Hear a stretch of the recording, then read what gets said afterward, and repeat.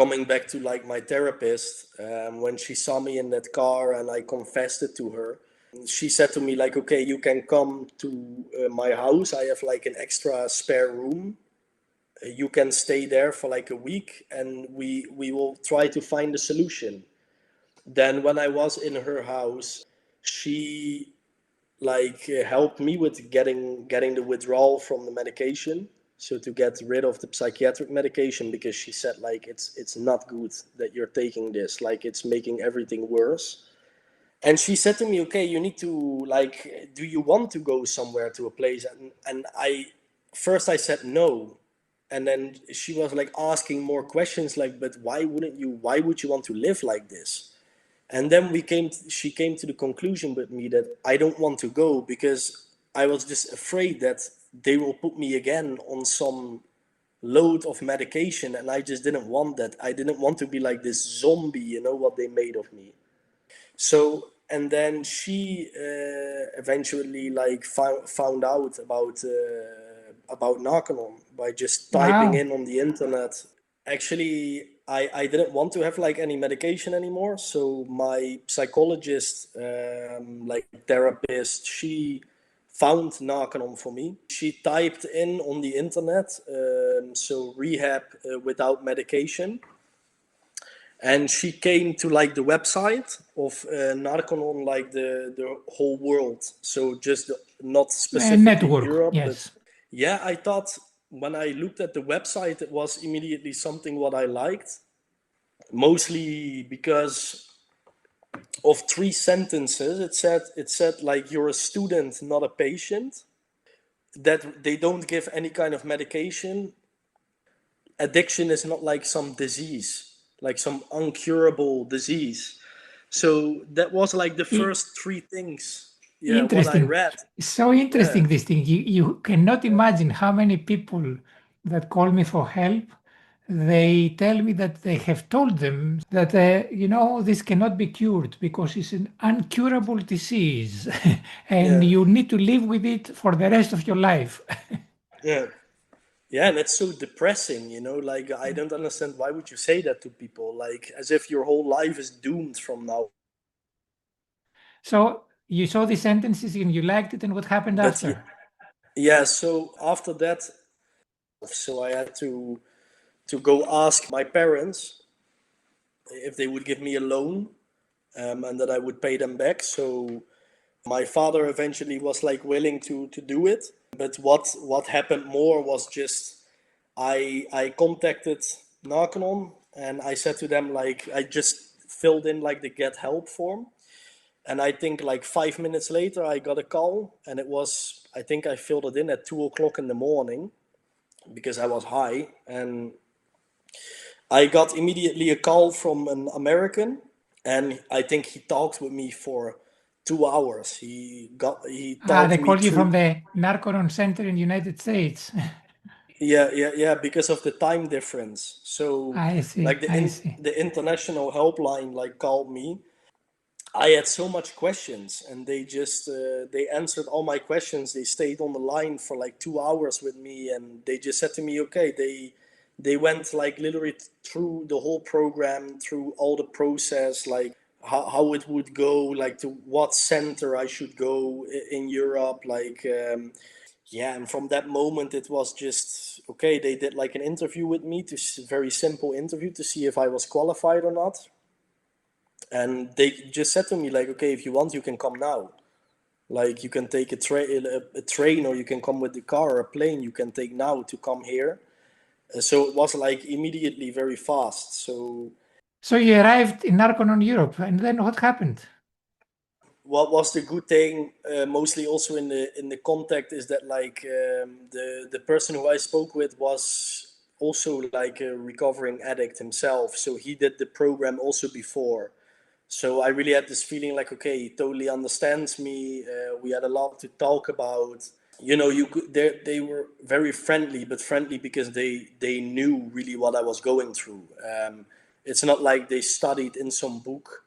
about addiction. You know, they really knew, all of them, like firsthand, how it was to be in the situation that I was in. And you feel that when you speak with the people, that they know what they're talking about. And just the experience, you know, there were people in the center, like, for example, when I arrived, the person who helped me through withdrawal was somebody who had already many years of being clean and totally changed his life, you know.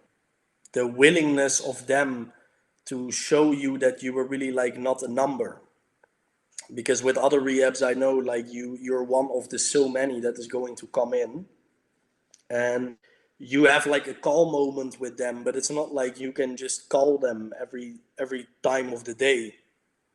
And with Narconon, it was really like that. You just had a person that, if my dad had a question or my mom, they only had to call, and the guy immediately picked up the phone and knew about like the whole situation. It was very personal, very tailored, you know.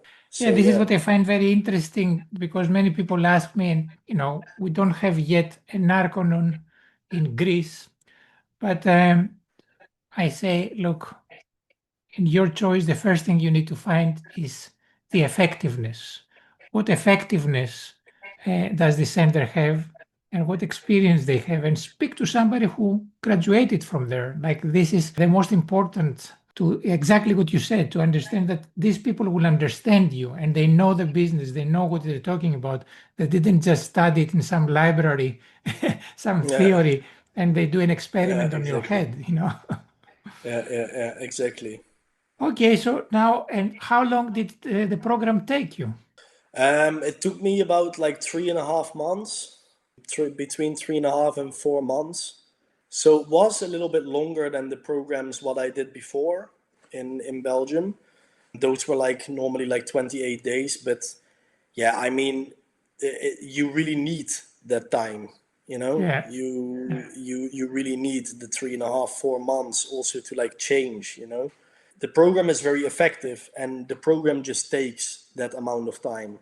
What I want the people really to realize when it comes to this point is what they said to me at that time, because I was thinking, oh, that's very long. But they said, like, you've been using drugs now for so many years. Like, do you really think you can change all that in like 28 days? So you're complaining about something takes 3 months where you've been using drugs for many years, and you think that you can fix it like that, you know? Like, that's not how it works. I know some graduates from Narcon that took more than 3 months, took 4 or 5. Yeah.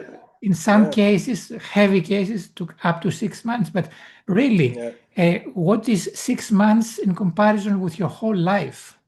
Yeah, it's nothing. And especially when the program is so inclusive, like, you know, because some people think, as you said before, there are some programs that you just go and talk it out, you know. You cannot get out by talking. There are some exact steps one needs to do. Like, tell us a little bit about your experience on what you did there. Like, give us a bit of a glimpse of what you did. It's like something totally different. The reactions, what I also see on the people is like, it's something totally different. I didn't have this in my country. Many other people that were coming here don't have this program in their country. It's something totally different. You focus really first on cleaning your body. So you do like a very proper withdrawal without any medication, but they focus a lot on vitamins and minerals because you've used up all your vitamins. You have deficiencies on all the vitamins. So first they have to really refill that. And then after the withdrawal, you go do the detoxification. So you go into a sauna. Yeah, and this is for me the most amazing part of the program. It's like, it's crazy what you sweat out, how the people look when they go the first day in sauna and how they look after completing the sauna. It's like, it's crazy. Yeah, it's unreal. Like, you look like how you looked before you started taking drugs. Like, you look completely your old self again.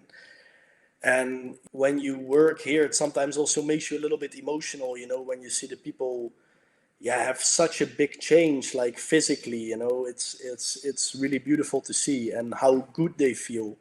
And I think what is really the key about this program and why I think myself it's like the best program is because once you've done all that, you feel amazing, you know, you've cleaned your body, then you start on the mental part. It's not like they give you some medication and 2 days later you're for 28 days talking to people. No, you're first, they make sure that you're feeling Cleaned up. amazing, you're good.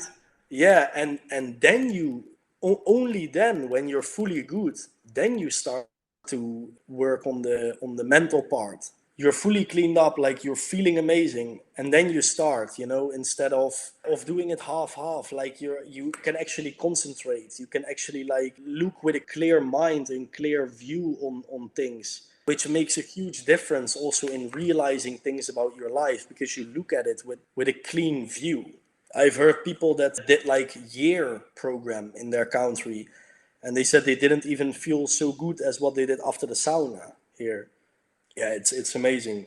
One thing I still wanted to say is about like what comes after the sauna is like it's also something like really extraordinary, because it's not so much talking, it's more you're doing something, what we Exactly. call objectives, and it's really difficult to explain to people. I would always say you're doing like some minor like exercises that are like to give you realizations about your life, put you more in the here and now in present time, and you will get like certain abilities back. So for me, I just noticed after some time, like, holy shit, like I can concentrate again. I can like listen to people when there is like multiple people speaking around me. I can focus on just what is that one person saying. You know, like it was, you just have like these couple of crazy moments where you're like, what is happening, you know, like and for my parents also, when they called with me, they were just like, what is happening, what has happened with this guy? It was like yeah, it What was something changed? crazy. Yeah, exactly, Is yeah. is that our son? Yeah, yeah, they were quite amazed, yeah, from the result. Okay, so tell us, how does it feel now? What's the payoff? I mean, I feel like I am myself again. Like finally, I can live a life where I'm not constantly busy with being obsessed with drugs. You don't have something other than yourself that has control over your life. You know, you are the one that's in control. There is not some cocaine or alcohol that is like controlling my daily decisions. I'm doing sports again, like on a daily basis. I'm studying. I like to study. I like to communicate with people. My family with my parents is amazing. Yeah, it's just everything is going good again. Yeah, it's something that if I keep doing the right things, it will only keep improving. You know, and that's also something what they teach you here in Narconon is like nothing stays the same in life. So okay, you can do a program, but if you don't keep improving yourself also after the program, things can always go down if you don't adapt, if you don't keep growing, like you, which is something what for me was like a very important lesson what they have taught me, that your life is an ongoing process and you need to keep doing the right things and you need to keep evolving, you know, and doing the best what you can. Now it's amazing. There is no drug in Fantastic. this world that can make me feel this good, you know, on a daily basis. This is so cool. Sounds like Yeah. music to my ear. Yeah. Okay, Tim. It was really incredible the data you gave us. I want to ask you the very last thing as we come to the end of it. What is the last thing you would like to communicate to these people, especially to people who use drugs, but also to a 14 years old guy, like in the age that you started, that Yeah. maybe tomorrow or after tomorrow, somebody will give him the chance to do his first marijuana cigarettes? So yeah, first of all, to the young people like that are maybe going to try something or are in that phase, I would say first of all to just not do it. But that's very easily said, I know, but I hope that they just look at my story and just see that what can be the end result, you know, of just trying one time something because you want to belong to some group or whatever. every person that you see on the street that is like a drug addict or homeless or whatever, they all also started somewhere. They weren't born like that. Like, so they all started by using something and ending up over there, you know. So you don't want that for your life. Also, I would just say that just ask, you know, ask the people for information. Say like, okay, what is this? Should I do this? Like, do some research, you know, before you just take something from someone. And also about those friends, like maybe it's very important for you at the moment that, you know, you're young and you want to have friends, but you know, those friends in 5 years or 10 years are not important anymore. And when it goes bad with you, like, they're not the right people for you to hang out with anyways, if they're offering you that stuff. So you should just, for the sake of your own life, you should just get away from them. And then, yeah, I think to the people that are addicted, I would just, at the moment that we're like in the situation that I was in actively, it's like, you just gotta stop lying to yourself, you know, like you're not making your situation any better by lying. You denying and making justifications is just making the situation worse, because you're just prolonging it. You're in the end, you're not getting any help. You're not doing anything about the problem. There are places like Narconon where the people really care. It's not scary to go to rehab, especially not to Narconon. Like, it's the people who are here. It's like a brotherhood, you know, like a family. Everybody that come in here is like welcome, because we all go through the same thing. Everybody like fully understands, you know, what you're going through.